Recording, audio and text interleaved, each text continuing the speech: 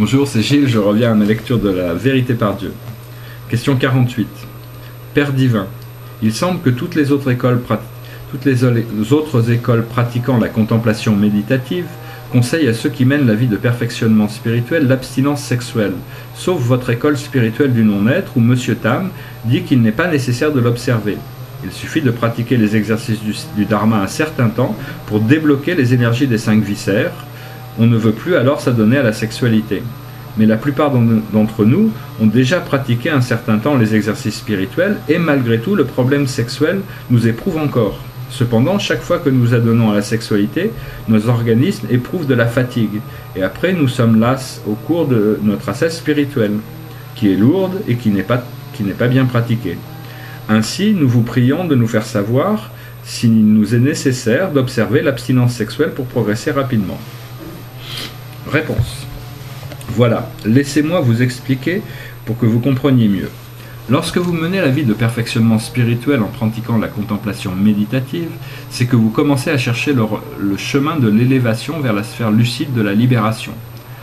Si c'est ainsi, l'abstinence sexuelle est un fait extrêmement nécessaire pour que votre âme soit vite lucide et s'élève rapidement. Certainement, vous comprenez que lorsque vous adonnez à la sexualité, votre organisme s'affaiblit, car tout votre système nerveux doit fonctionner intensément. C'est pourquoi par la suite vous êtes fatigué. L'énergie spirituelle s'épuise à cause de l'énergie de l'essence séminale qui se perd.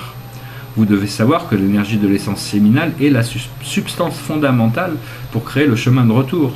Car lorsque vous pratiquez les exercices spirituels, c'est le moment où vous transmutez l'énergie de l'essence séminale en énergie du souffle vital.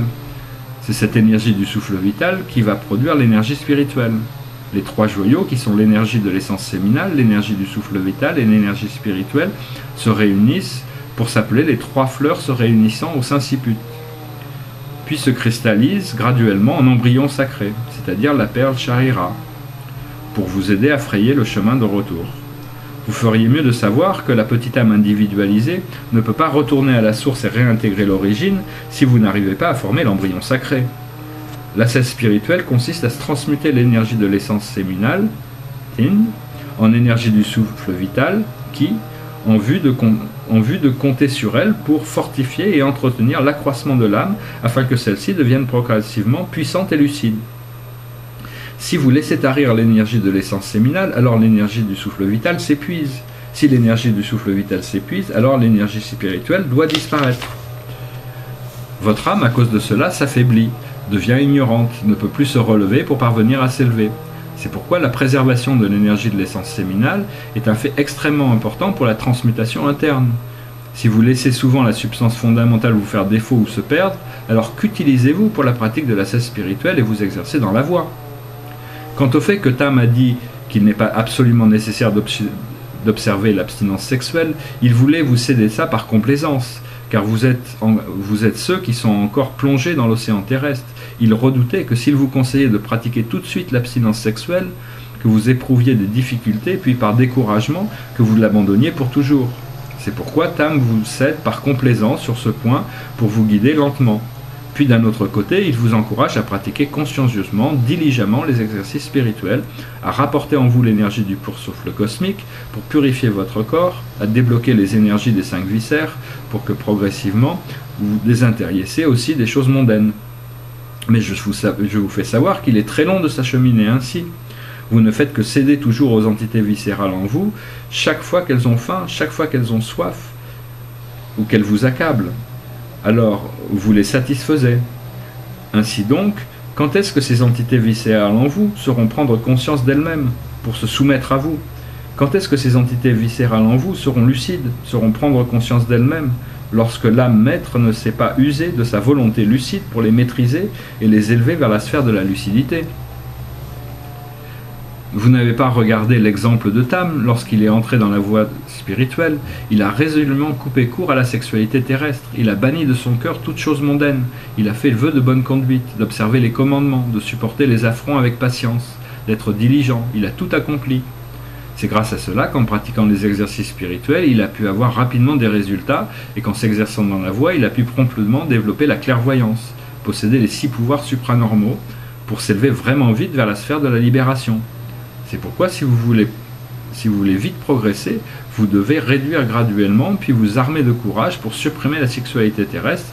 Alors votre ascèse spirituelle pourra espérer avoir de bons résultats. Question 49. Père divin, lorsque vous créez l'être humain en deux corps, celui de l'homme et celui de la femme, il est clair que vous avez l'intention de leur donner la possibilité de s'unir sexuellement. Le fait a été reconnu par la formation vraiment délicate et subtile des deux organismes, masculin et féminin, pour qu'ils puissent s'unir sexuellement afin de procréer et de perpétuer l'espèce humaine. Il montre que la sexualité de l'espèce humaine est conforme à la loi de la nature. Maintenant, si on dit à l'homme d'abolir la sexualité à cause de l'éthique de la vie de perfectionnement spirituel, cela n'est-il pas contraire à la loi de la nature et en désaccord avec la loi d'évolution? Vous avez dit que si on se conduisait en contradiction avec la loi de la nature, c'est-à-dire en contradiction avec la loi d'évolution, ce serait alors la destruction. Ainsi, nous vous prions de nous expliquer cela. Réponse. La loi de la nature est précisément la loi de l'évolution, la loi d'évolution. Se conduire en contradiction avec la loi de la nature, c'est se conduire en désaccord avec la loi d'évolution. Et ce sera le drame de la destruction. Ce fait, vous l'avez dit justement. Lorsque Dieu crée l'être humain, il a clairement l'intention de le faire en vue de l'union sexuelle à travers la formation anatomique de l'homme et de la femme. Ainsi, il est clair que Dieu a préconisé leur rapprochement sexuel pour perpétuer l'espèce. C'est donc la loi d'évolution. Ce fait, vous l'avez dit à juste titre. Alors pourquoi ai-je conseillé à l'être humain de pratiquer l'abstinence sexuelle pour mener la vie de perfectionnement spirituel afin d'évoluer et de s'élever? Ce fait a l'air contradictoire. Et ce point contradictoire est difficile à comprendre. Toutes les sources de sagesse des religions, toutes les doctrines, les dizaines de milliers de millions de livres de philosophie, depuis tant de siècles ont discuté de toutes les manières sur ce problème extrêmement important pour la vie des êtres humains, la vie de l'être humain. Il y a des doctrines qui soutiennent et louent la jouissance sexuelle, considèrent la sexualité comme une nature esthétique de l'être humain. Il y a des philosophies qui critiquent, qui présentent avec dégoût la sexualité comme diabolique, la considèrent comme un péché hideux envers Dieu. Il y a des philosophies qui considèrent la sexualité comme un instinct animal qu'il faut maîtriser pour avoir une vie sobre, spirituelle et vertueuse.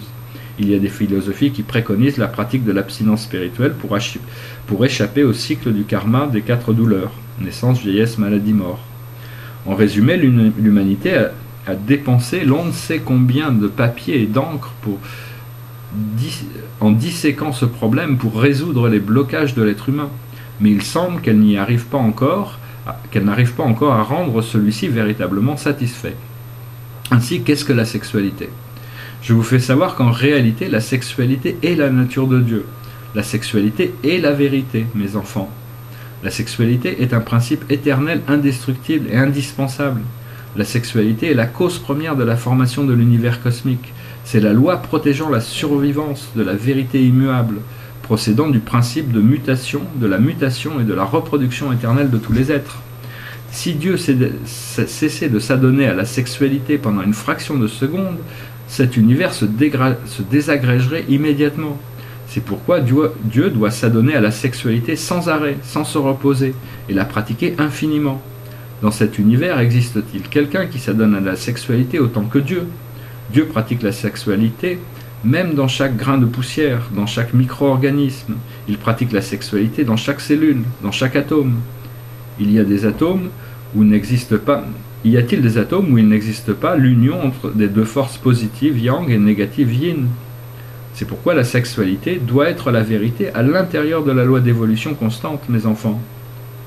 Alors pourquoi conseiller l'abstinence sexuelle, conseiller l'abandon de l'union sexuelle naturelle entre l'homme et la femme? Je vais vous faire comprendre un peu plus ce que les sources des philosophies et les doctrines n'ont pas encore expliqué clairement. Vous devez savoir qu'en réalité, le problème ici n'est pas d'abolir la nature de la sexualité, mais de la développer davantage, d'apprendre à connaître davantage la sexualité, apprendre la leçon de sexualité supérieure pour évoluer et s'élever plus haut. Vous devez apprendre toujours la sexualité pour la développer de plus en plus, jusqu'à ce que vous sachiez vous adonner à la sexualité infinie pour devenir omniscient, pour devenir l'omniscient, l'omnipotent. L'itinéraire vous permettant de descendre en ce monde jusqu'au jour de votre retour et pour aller étudier la sexualité, depuis la sexualité impure jusqu'à la sexualité pure, depuis la sexualité lourde jusqu'à la sexualité éthérée, depuis le niveau bas jusqu'au niveau élevé, à tous les degrés et à tous les échelons, jusqu'à ce que vous connaissiez réellement la sexualité. Vous apprendrez la sexualité des minéraux, puis la sexualité des végétaux, ensuite la sexualité des animaux, la sexualité des êtres humains, jusqu'à la sexualité des saints, des immortels, des bouddhas, etc. Jusqu'à ce que vous compreniez la sexualité sous tous ses angles. C'est pourquoi vous devez comprendre que la sexualité entre les êtres humains est la loi de la nature. Mais le fait d'abandonner cette sorte de sexualité est aussi suivre la loi naturelle et conforme au courant d'évolution de l'univers et des êtres humains. Il est vrai que si maintenant l'être humain, ayant déjà appris la manière de pratiquer la sexualité entre hommes et femmes, veut évoluer davantage, veut comprendre et connaître davantage, veut monter dans une classe supérieure, il doit apprendre la manière de pratiquer la sexualité supérieure. Quelle est cette manière de pratiquer la sexualité supérieure? C'est s'adonner à l'ascèse spirituelle et s'exercer dans la voie. C'est pratiquer une méthode de contemplation méditative, mes enfants. Ah, ce fait a l'air de vous rendre perplexe. Ce fait a l'air de vous paraître surprenant et peut provoquer des remous chez ceux qui mènent la vie de perfectionnement spirituel lorsque je dis que la contemplation méditative est une manière de pratiquer la sexualité. Mais que pourrais-je dire de mieux lorsqu'il s'agit d'un phénomène réel indéniable? Qu'est-ce que la sexualité? C'est l'union entre les principes féminins yin et masculins yang pour parvenir à l'état d'harmonie. Ainsi, n'est-ce pas que, quand vous pratiquez la contemplation méditative, vous créez des conditions pour l'union des principes féminins, yin, et masculins, yang, dans le corps? Et puis, qu'est-ce que ça donnait à l'ascèse spirituelle et s'exercer dans la voie? C'est mobiliser l'énergie de l'essence séminale en la faisant remonter, en la transmutant en énergie de l'essence séminale originelle, qui, en se sublimant en énergie du souffle vital originel, va s'unir à l'énergie spirituelle originelle. La fusion des trois énergies, qui sont l'énergie de l'essence séminale, l'énergie du souffle vital et l'énergie spirituelle, engendre la perle Sarira, c'est-à-dire l'embryon sacré. Comment doit-on appeler l'acte de faire remonter l'énergie de l'essence séminale pour former l'embryon sacré si ce n'est par le nom de sexualité? Faire descendre l'énergie de l'essence séminale pour engendrer l'embryon profane, c'est la sexualité terrestre. Faire remonter l'énergie de l'essence séminale pour cristalliser l'embryon sacré, c'est pratiquer la sexualité des immortels et des bouddhas. Ah, ensuite, vous dites qu'abandonner la sexualité entre l'homme et la femme est contraire à la loi de la nature et en désaccord avec la loi d'évolution. Que comprenez-vous de la loi de la nature, de la loi d'évolution? C'est seulement parce que vous ne connaissez pas encore cette loi. Je vous fais savoir que précisément, à l'heure actuelle, l'être humain est en train de vivre en désaccord avec la nature. Il pratique la sexualité sans répondre à ses règles, sans obéir à la loi d'évolution. C'est pourquoi il se détruit et son esprit régresse, comme le siècle d'aujourd'hui en témoigne. Ainsi, qu'est-ce que pratiquer la sexualité selon ses règles? Voici ce qu'est pratiquer la sexualité selon les règles. Les minéraux ont une sexualité appropriée aux minéraux. Les végétaux ont une sexualité appropriée aux végétaux. Les animaux ont une sexualité appropriée aux animaux. Les êtres humains ont une sexualité appropriée aux êtres humains, etc. Chaque règne possède sa propre sexualité selon les règles. Comment sont ces formes de sexualité? Le sujet est très complexe et délicat. Je ne peux pas minutieusement tout vous dire ici, je ne l'aborde que d'une manière générale et sommaire pour que vous en ayez quelques notions. Pour éviter d'en parler longuement, je n'en parle qu'à partir de la sexualité des animaux, ayant évolué presque jusqu'au niveau de l'être humain. Chez les animaux, les sentiments et les connaissances sont encore grossièrement développés. La sexualité chez les animaux n'est que l'attirance réciproque entre le mâle et la femelle. Ils n'ont pas d'amour, pas de jugement, pas de discernement, pas de fidélité conjugale comme les êtres humains. Les animaux qui savent aimer, qui ont la fidélité conjugale par exemple, lorsque la femelle meurt et que le mâle s'attriste et refuse de se nourrir pour mourir auprès d'elle, sont ceux qui ont un certain niveau de compréhension et de connaissance, qui vont bientôt évoluer jusqu'à l'être humain. En résumé, les animaux pratiquent la sexualité selon les besoins réclamés par l'instinct psychologique femelle-mâle pour procréer et se multiplier conformément au cycle déterminé par la nature. Chez les êtres humains, les sentiments et les connaissances sont développés plus profondément. La sexualité chez les êtres humains, à cause de cela, est beaucoup plus enrichissante et délicate. Outre l'attirance sexuelle entre les deux sexes, les êtres humains possèdent encore les réflexions, le jugement, l'amour, le principe moral. C'est pourquoi la sexualité chez les êtres humains n'est pas seulement l'union sexuelle entre deux corps d'hommes et de femmes, selon l'instinct psychologique, mais elle renferme aussi la partie psychologique. C'est la sexualité conforme à la voie humaine. Ainsi, la sexualité, juste au niveau de la voie humaine, renferme les éléments essentiels concernant à la fois le corps et l'esprit, y compris l'amour, la compréhension et la connaissance, le respect mutuel. À cause de cela, il y a plus de tempérance que chez les animaux. C'est pourquoi l'on dit que l'époux et l'épouse doivent se respecter mutuellement comme entre des hôtes. Ce qui signifie qu'entre mari et femme, il faut se conduire avec courtoisie, il faut se traiter avec amour, il faut se comporter conformément au principe moral. La sexualité des êtres humains est ainsi tellement délicate. Mais c'est aussi à cause de cela que les êtres humains goûtent plus, profitent plus que les animaux. Outre l'émotion sensible entre deux corps physiques, il y a encore l'émotion sentimentale entre deux âmes sachant s'aimer, se respecter mutuellement. De ce fait, la sexualité est beaucoup plus esthétique, beaucoup plus poétique que celle des animaux. C'est la sexualité juste au niveau de la nature humaine. Si quelqu'un ne pratique la sexualité que selon le besoin de l'instinct psychologique, s'adonne à la sexualité de manière exagérée, désordonnée, n'obéissant qu'aux exigences du corps sans avoir l'amour ou le respect, il est en train de s'adonner à la sexualité comme chez les animaux. S'adonner à la sexualité selon l'instinct animal, c'est la sexualité des animaux, ce n'est pas la sexualité des êtres humains. Lorsqu'un être humain quelconque s'adonne à la sexualité de cette manière, il devra régresser au niveau d'évolution des animaux. Car à ce moment-là, la sexualité n'est que l'union sexuelle pour l'assouvissement entre deux animaux, mâles et femelles. En ce monde aujourd'hui, presque toute l'humanité est sur l'élan de la régression de l'instinct sexuel. Elle pratique une sexualité contraire à la loi de la nature, contraire à la loi d'évolution. Ce fait doit conduire à tant de tragédies douloureuses, de crimes causés par une sexualité anarchique.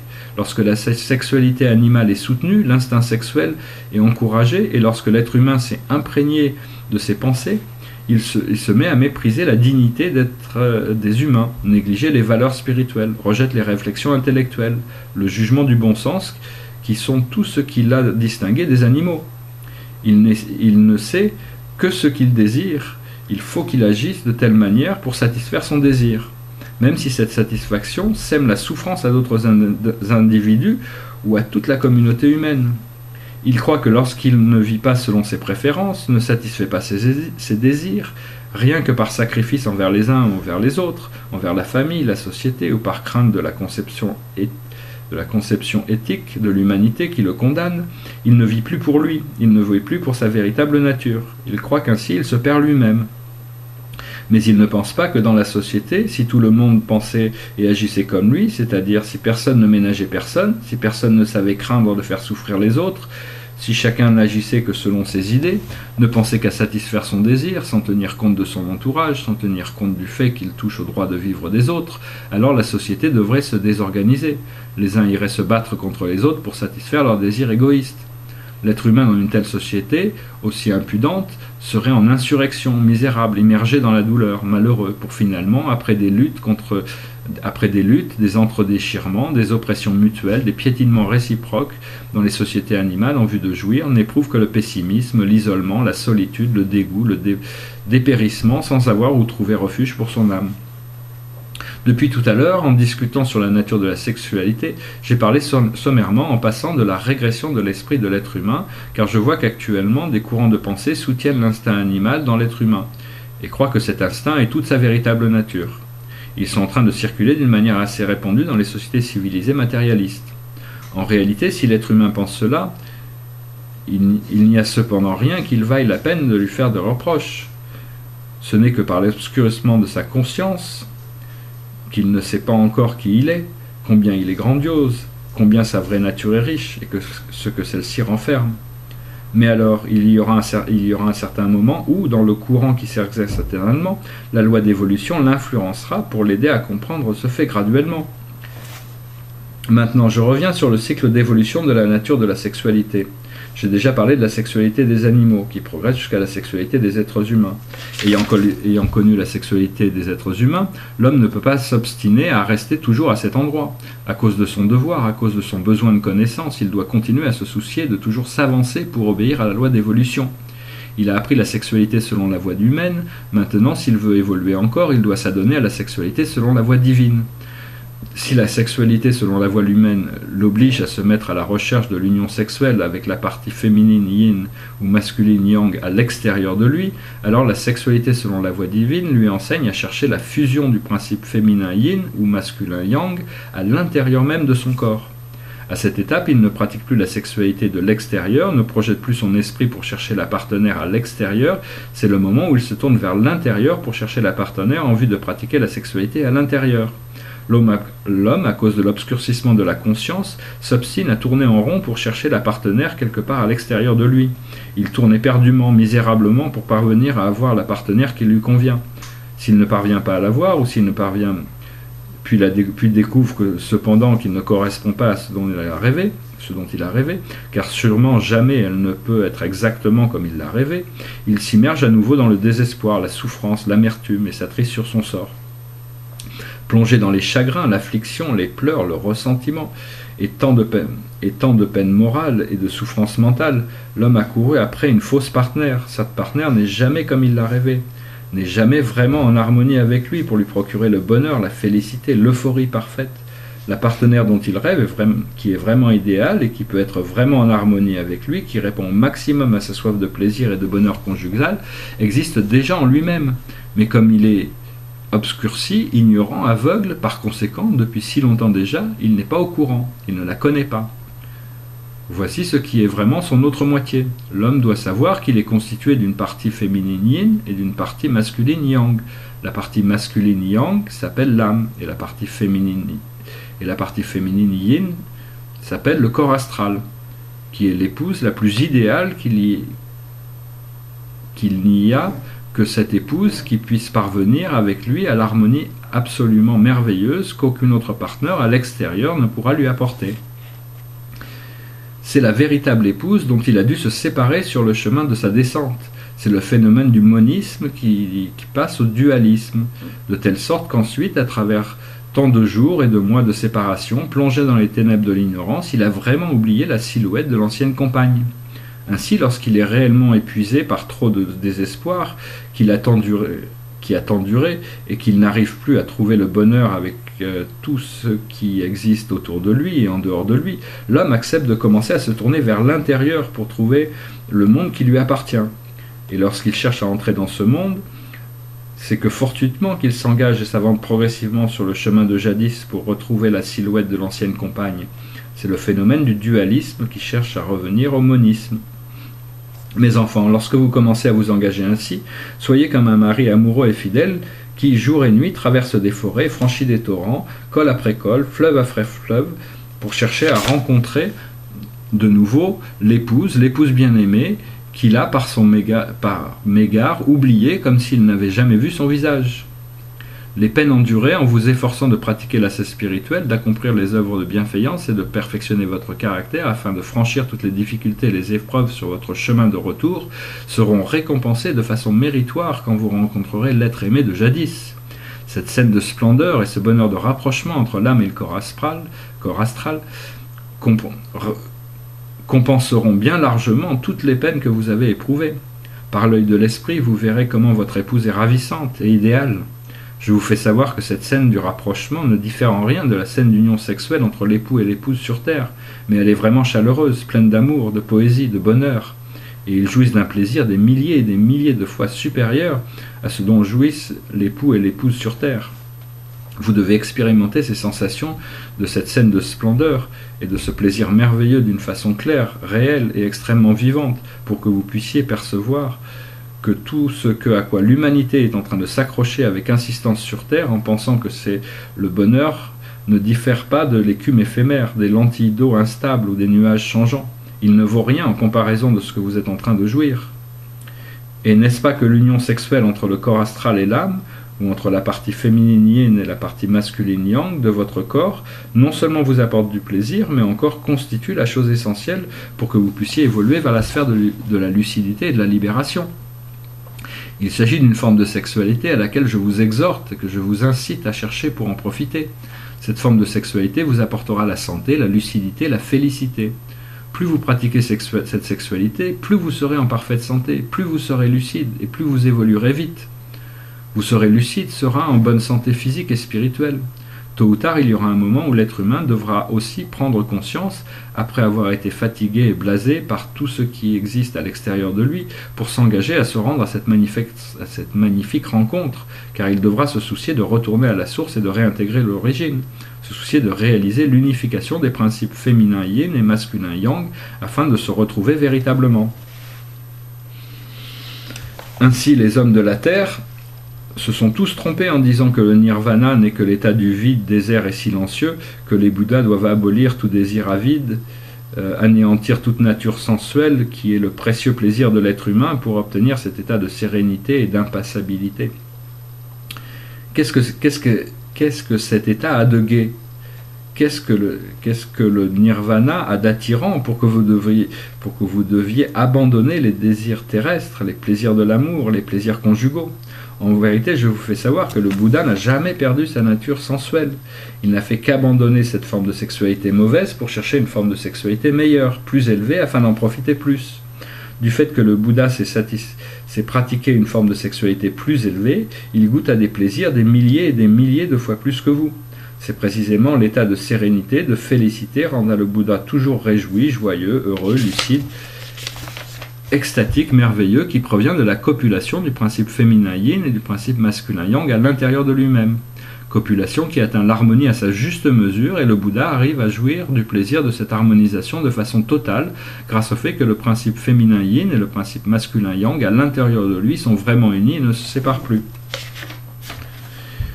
L'être humain, à cause de l'obscurcissement de sa conscience, ne fait que désirer et s'accrocher toujours à des choses infimes et obscures, pour ne pouvoir jouir que de plaisirs vraiment mesquins, tout en ne jouissant pas tellement et guère longtemps.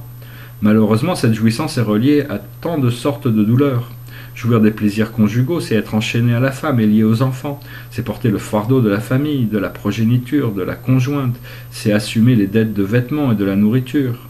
Jouir des plaisirs de la situation et de la renommée, c'est être éprouvé par la situation et la renommée. Jouir des plaisirs de l'argent, c'est s'obliger à peiner, à se démener pour se soucier de l'accumuler, se soucier de le protéger. Si jamais vous parvenez à être des milliardaires, possédant des monticules d'argent, vous finirez par être éprouvé par les profits, par vous créer des soucis toute une vie, par peiner pour bien calculer et gérer votre fortune milliardaire de telle sorte qu'elle subsiste tout le temps.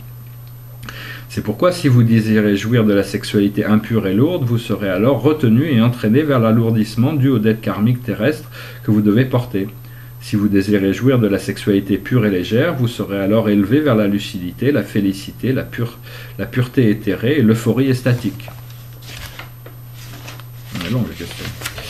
Ainsi, j'appelle et j'exhorte la communauté humaine des humains à désirer tout en mieux sachant désirer, à pratiquer la sexualité tout en la pratiquant mieux si la communauté des humains veut vraiment en jouir. Engagez-vous dans la recherche du plaisir sexuel plein de merveilles des immortels et des Bouddhas. La scène de sexualité qui procède de la fusion des énergies du principe masculin yang et du principe féminin yin, du rapprochement de l'âme et du corps astral, comme celui d'un époux et d'une épouse sur Terre, n'est pas une chose imaginaire ou inventée de toutes pièces, mais il s'agit bien d'un phénomène réel et vivant que n'importe qui peut arriver à expérimenter s'il prend la ferme résolution de pratiquer la méthode d'assas spirituel et s'exercer dans la voie. En effet, depuis toujours, les moines contemplatifs qui mènent la véritable vie de perfectionnement spirituel et qui ont réalisé le rapprochement des principes masculin yang et féminin yin n'ont pas pu se permettre de révéler au monde la connaissance des sensations poétiques et merveilleuses qu'ils ont après leur disparition emportées avec eux au nirvana, ainsi que tant de secrets prodigieusement réjouissants. C'est pour cela que les hommes terrestres ignorants s'obstinent à penser qu'ils savent pratiquer la sexualité et jouir plus que le Bouddha, ne se doutant pas que le Bouddha sait pratiquer la sexualité et jouir de plaisirs sexuels des milliers de fois plus que l'être humain. Comme Luang Xirang par exemple, allez à sa rencontre pour lui demander ce qu'il a expérimenté sur les faits que j'ai dit, tout juste pour écouter et pour en savoir un peu plus sur la sexualité des immortels et des Bouddhas. En particulier, actuellement, dans l'école spirituelle du non-être, il existe aussi plusieurs de mes enfants qui ont plus ou moins ouvert le centre psychique crânien et l'œil de l'esprit. Ceux-ci ont l'occasion de goûter d'une façon claire et nette les expériences concernant le corps physique de l'être humain, perçu véritablement comme un microcosme. Il existe ceux qui arrivent à faire des expériences en se promenant par l'âme dans les paysages oniriques du centre psychique ombilical. c'est-à-dire dans leur corps physique, et qui arrivent à voir la partie d'énergie de principe féminin yin, ou corps astral, communément appelé l'immortel. Il existe aussi ceux qui arrivent à quitter leur microcosme par l'âme, pour voyager ça et là dans le macrocosme, etc. À ce propos, vous pouvez chercher à entrer en relation avec eux pour étudier et vous instruire davantage. Néanmoins, si vous voulez réellement satisfaire votre curiosité, alors il n'y a qu'une manière, c'est de vous engager à expérimenter réellement par vous-même. Si vous ne cherchez qu'à entendre parler que pour savoir, alors cela ne sera pas très utile et n'assouvira pas vraiment votre esprit curieux. Aujourd'hui, j'ai l'occasion de vous parler de la sexualité. Je l'aborde d'une façon directe et ouverte avec vous pour abolir en vous l'entichement, vous aider à mieux éclaircir le problème et tirer votre énergie spirituelle vers la sphère de la lucidité. Je regrette de ne pouvoir en parler que des généralités et de ne pas pouvoir utiliser le langage pour discuter d'une façon minutieuse et profonde de tous les aspects délicats de ce problème grandiose. Cependant, dans mes pensées, je voulais aussi limiter ainsi, et je vous réserve le reste pour que vous vous engagiez pour goûter afin de véritablement expérimenter et réellement le savoir. Mais alors, si vous n'écoutez que pour être au courant, vous ne pourrez pas vraiment connaître mes enfants. Finalement, lorsque vous aurez compris, vous verrez que la sexualité n'a rien de laid. Tout ce qui est considéré comme péché, comme mauvaise habitude de l'être humain, tout ce qui rend l'être humain toujours perplexe, insomniaque, anxieux, triste, toutes ces choses sur lesquelles les systèmes de philosophie, les doctrines se sont depuis toujours disputés pour étudier et en discuter bruyamment, comme le désir cupide, l'énervement rageur, la passion aveugle, la sensualité sexuelle, etc., ne sont pas laides par elles-mêmes. Elles ne sont en fait ni laides ni belles, mais elles ont des couleurs distinctes, des aspects différents, depuis le lourd jusqu'au léger, depuis l'impur jusqu'au pur. Et l'être humain doit apprendre tous ces aspects, toutes ces couleurs pour vraiment connaître sa nature. En réalité, qu'est-ce que le péché ? Le péché n'est pas le désir cupide, l'énervement rageur, la passion aveugle, la sensualité sexuelle, etc. Le péché est tout simplement ce qui fait obstacle à votre évolution. Vous devez savoir que tout est fait dans le but de l'évolution, pour le fonctionnement de la loi d'évolution, et ce qui fait obstacle à ce fonctionnement est considéré comme péché. Quand vous vous adonnez à la sexualité, même la sexualité selon l'instinct animal, par exemple, lorsque vous êtes démesurément sensuel, ceci n'est que pour manifester votre caractère sexuel sous son aspect impur. Cette sensualité impure, par elle-même, n'est pas laide, mais elle est cependant considérée comme laide, comme péché, parce que cette forme de sensualité impure provoque des conséquences qui retardent votre progrès, font dépérir votre corps, affaiblissent votre esprit, sans compter les influences désastreuses et néfastes causées ultérieurement sur d'autres individus par cette sensualité impure. C'est pour cela qu'elle vous entraîne vers des sphères plus impures. Et vous subissez l'action de la loi de cause à effet qui vous éprouve et qui fait obstacle à votre avancement. C'est ainsi seulement qu'elle est considérée comme péché. C'est pourquoi, lorsque l'être humain aura compris, il verra qu'en vérité, il n'est qu'énergie constituée par l'énergie du principe féminin yin et l'énergie du principe masculin yang. Ce qu'il peut voir et reconnaître par erreur comme soi n'est que l'enveloppe matérielle se composant d'eau, de sang, de chair qui le recouvre à l'extérieur seulement. Et puis les parties concernant le principe masculin yang et le principe féminin yin à l'intérieur de son être restent à jamais à l'état de séparation tant qu'il est encore ignorant. À cause des ténèbres de l'ignorance, ces deux parties ne peuvent pas s'unir l'une vers l'autre. Tant que ces deux parties ne se rencontreront pas, seront encore éloignées, l'être humain se sentira malheureux, il lui manquera quelque chose et ne sera jamais satisfait. Il ira chercher toujours n'importe quel partenaire en dehors de lui, il ira chercher n'importe quel plaisir aux quatre coins de la terre pour combler ce sentiment de solitude, de manque, d'égarement absurde, mais il n'éprouvera jamais véritablement l'assouvissement et le bonheur. C'est seulement quand les deux parties concernant le principe féminin yin et le principe masculin yang, à l'intérieur de l'être humain, arrivent à se retrouver pour se rencontrer, puis arrivent à véritablement s'harmoniser, s'unifier, que l'être humain éprouve l'assouvissement, la sérénité, le bonheur, l'euphorie. Lorsque vous avez compris ceci, alors la sexualité est en même temps le point de départ et le point d'arrivée, en même temps la cause de la séparation et la conséquence du rapprochement. C'est à cause de la sexualité qu'il y a la dispersion en la multiplicité, et c'est grâce à la sexualité qu'il y a le retour à l'unicité originelle. C'est pourquoi la sexualité et la nature ne pouvant pas ne pas exister de l'être humain, de Dieu, de la vérité. En résumé, le problème n'est pas d'abolir la nature de la sexualité, mais il faudra sublimer la sexualité, apprendre à connaître la sexualité sous un angle plus beau, plus grand, développer toujours ce caractère sexuel pour être conforme à la loi de la nature, suivre la rotation constante de la roue d'évolution jusqu'au moment où la sexualité deviendra infinie. Ce sera parvenir alors au rang de Dieu. À ce rang, vous pratiquerez la sexualité sous toutes ses formes, depuis l'impur jusqu'au pur, depuis le lourd jusqu'au léger. Vous irez pratiquer la sexualité dans chaque atome, la sexualité selon les minéraux, selon les végétaux, selon les animaux, selon les êtres humains, la sexualité selon les saints, les immortels, les bouddhas, etc. Dieu pratique la sexualité constamment. Il pratique la sexualité sous toutes ses formes. C'est pour cela qu'il jouit de toutes sortes de plaisirs. Ces différentes formes de sexualité, ces différents états de vibration émotionnelle et de plaisir se déroulent en même temps dans Dieu pour devenir une harmonie fantastique entre tous les états, une sensation de bonheur merveilleux, sans limite, une sorte de plaisir immense, infini. La sexualité à cet instant-là est la vérité infinie, incommensurable. C'est la vie éternelle de l'univers, c'est l'amour, c'est la sagesse, c'est la volonté, c'est le bien, c'est le beau, éternel. La beauté éternelle de l'omniscient, de l'omnipotent. Du vrai parfait, du bien parfait, du beau parfait. Voilà, je vais faire une pause, merci.